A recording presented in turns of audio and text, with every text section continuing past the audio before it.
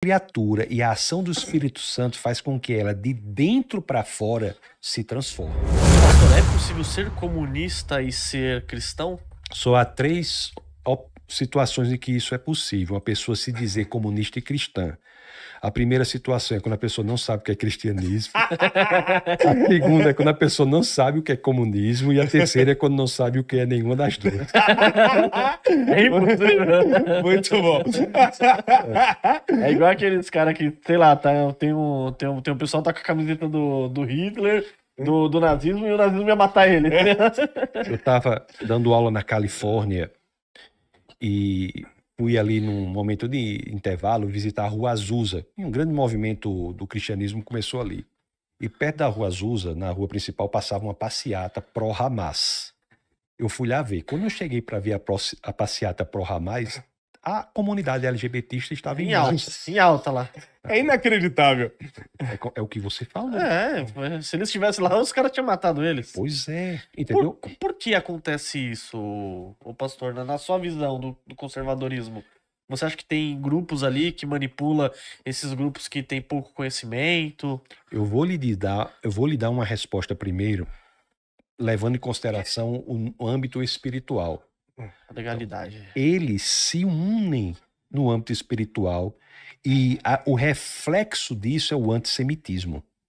É muito interessante, porque esses grupos são todos antissemitas.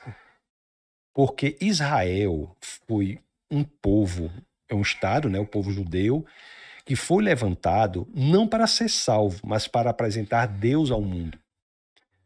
Você veja que esses grupos, eles se comportam com antissemitismo muito perverso e são contraditórios entre si, mas se unem pragmaticamente na pauta de descristianização do Ocidente.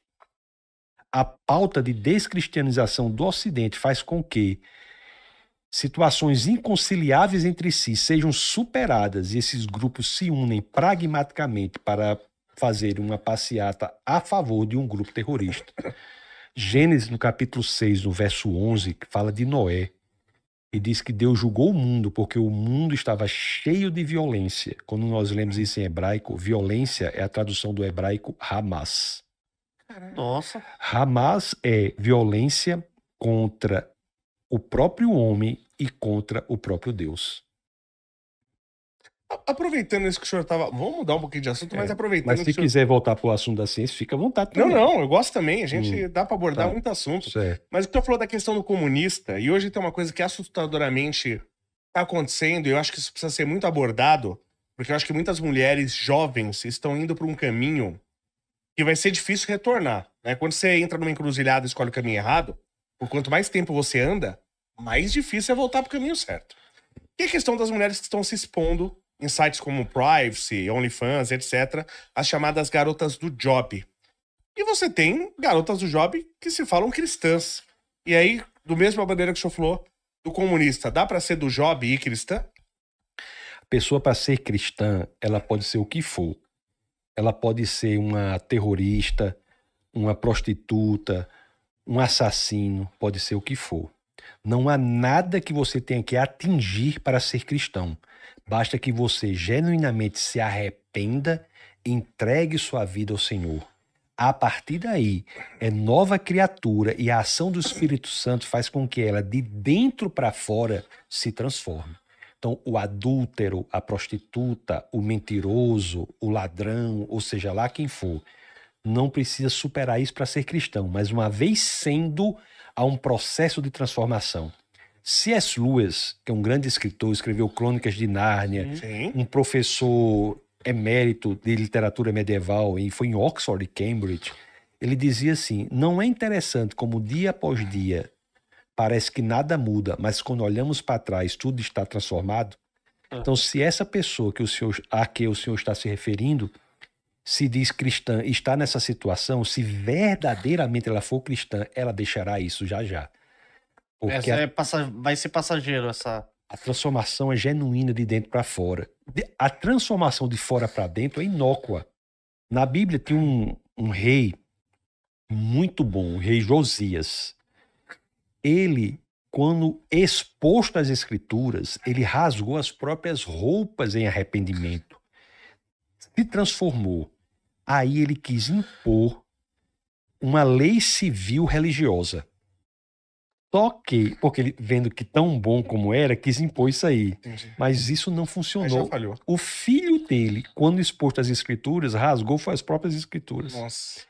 Então, assim, o cristianismo propõe uma transformação de fora para dentro. Não há nada, aliás, que você possa fazer para você ser cristão. Não há nada. Basta que você abra o seu coração.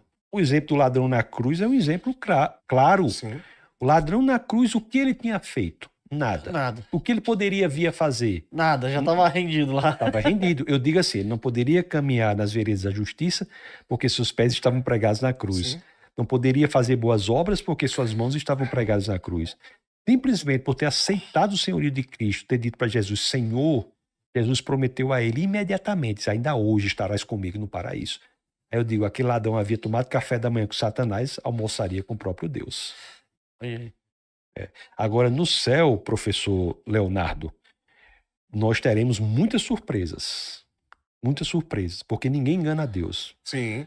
A sinceridade do coração, essas questões que o senhor faz, são importantíssimas, porque Deus quer o coração sincero, Claro. quer que você exponha suas dúvidas ao Senhor.